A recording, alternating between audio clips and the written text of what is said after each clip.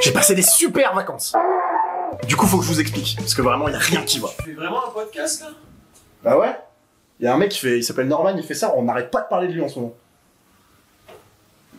En gros, je me suis fait cambrioler. Voilà, c'est très simple. Vous avez vu le titre de la vidéo, je me suis fait cambrioler. Pas plus complexe que ça. D'ailleurs, petite intro. On va faire du contenu sur cette chaîne YouTube. On va essayer de sortir 2 vidéos par mois. C'est un peu nouveau ce qu'on essaye de produire, mais voilà. N'hésitez pas à vous abonner, les gars, c'est hyper important. Et faites-nous vos retours, montage, diction, tout. On prend tous les retours possibles. Merci à vous d'être là. J'espère que vous avez passé de bonnes vacances. Donc ouais, je me suis fait voler mes affaires en fait. Autant au collège, on me volait mon goûter. Maintenant, on me vole mes affaires. C'est quoi cette histoire? Je suis parti en vacances. J'étais détente. On avait casté une LAN. J'avais bossé toute l'année. Je les méritais ces putains de vacances. Je pars en vacances. J'arrive dans le sud de la France, 19h, après 8 heures de route, on m'appelle. Oui, allô?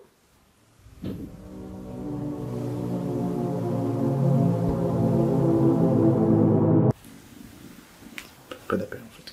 Oui, bonjour, c'est la police nationale. Là, je suis en mode, alors c'est une vanne, c'est de mes potes, c'est ce gros bouffon là-bas qui me fait une blague. Et le gars, je sens que dans la voix, il est un peu trop solennel. Et là, il me fait, bah en fait, vous êtes fait cambrioler. Il m'annonce ça cache, pas de prévention, rien.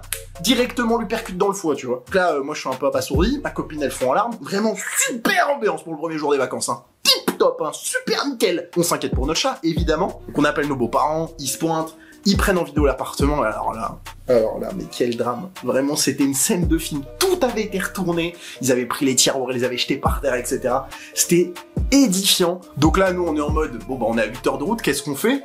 Bah, on va rentrer. En fait, après une journée de vacances, c'est super, j'ai trop kiffé. Et quand on prend la route, là, dans ta tête, tu te fais plein de films. Tu dis, ouais, je suis parti en vacances hier, j'ai fait une story Instagram, c'est peut-être un gars qui me follow sur Insta. Le mec, il a 50 followers sur Instagram.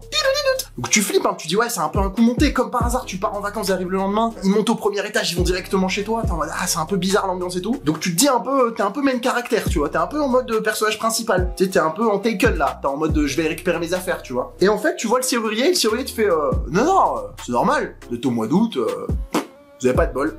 Du coup, j'ai vraiment pas de bol, quoi.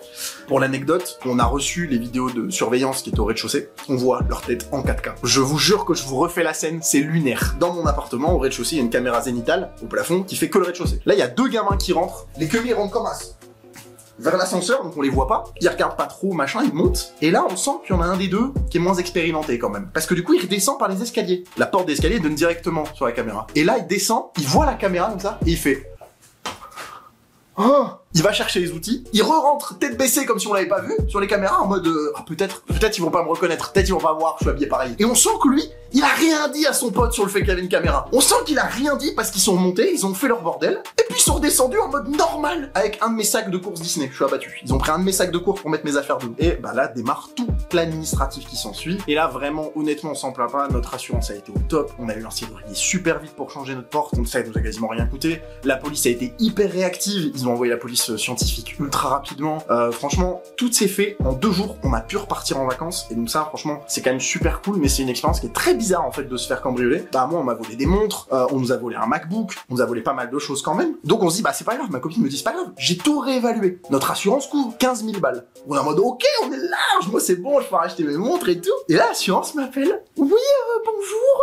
Juste pour vous dire, en fait, les montres, c'est pas dans l'assurance. Et là, moi, je transpire. Là, je suis en mode, comment ça? J'ai peut-être envie de rejoindre mon daron, en fait, là, à ce moment-là. Bah, en fait, vous avez une assurance jeune, comme vous avez moins de 30 ans. Et là, je me dis, mais comment ça, une assurance jeune? Vous m'avez jamais appelé pour réévaluer? Non, on veut payer plus, en fait. On veut payer. On veut te donner. Je te donne mon argent pour que tu couvres mon matériel, s'il te plaît. Je peux payer 200 balles par mois pour couvrir mes montres, d'accord? Et là, elle me fait, ah, mais en fait, du coup, non, parce qu'elles valent plus de 500 €. J'étais là. Donc quand t'as moins de 30 ans, tu dois acheter des Casio en fait, c'est ça le bail. Donc on est très déçus. Par chance, bon, dans toutes les assurances, on a des trucs qui vont être remboursés, qui vont permettre quand même de racheter du matériel. On s'est fait piquer un appareil photo, ce qui fait que je suis pas chez moi, mais je suis chez ce bouffon, parce qu'en fait, du coup, moi j'ai plus de matériel vidéo. Parce qu'en plus de ça, donc, vérifiez vos assurances si vous habitez en appartement, parce que très souvent, vous avez peut-être pas les bonnes clauses qui vont faire que ça va couvrir le matériel que vous avez. Et surtout, un truc que je peux faire limite en prévention quand vous faites, quand vous louez un appartement, très souvent, ce qu'on met en avant dans les appartements, c'est vous avez une porte blindée. Il y a beaucoup de constructions qui font ça. Moi, c'est ce qu'on m'a dit. Bah en fait, ça ne sert à rien si votre serrure elle est claquée au sol. Moi ma serrure c'est pas une vanne, ils l'ont pas été en mode Skyrim avec des petits trucs et tout. Non, ils sont venus avec un tournevis frère. Ils l'ont fait sauter, ils ont poussé le truc, c'était rentré. Voilà. Un enfant de 8 ans qui fait un peu de muscu, il aurait pu l'ouvrir. C'est une dinguerie genre. Et on me l'a vendu en mode oui, t'as une porte blindée, c'est bon, il t'arrivera à rien. Oh, t'as cru que c'était Fort Knox chez moi frère. Du coup, bah merci à tous ceux qui vont un peu suivre ce qu'on va faire sur YouTube. On va essayer de créer un peu plus de contenu avec le zigoto qui est là-bas au fond. Une nouvelle vidéo sortira normalement dans 2 semaines avec un nouveau concept qu'on est en train d'écrire et qui va pouvoir être montré très rapidement. Ce sera des formats très courts qui reviendront régulièrement sur la chaîne. Ces formats un peu story time, on les fera assez régulièrement dès qu'on va partir en LAN, dès qu'il nous arrivera un truc un peu cool ou moins cool comme là ce qui vient de nous arriver. Donc voilà, kiffez bien, roxez bien, e-sportez-vous bien.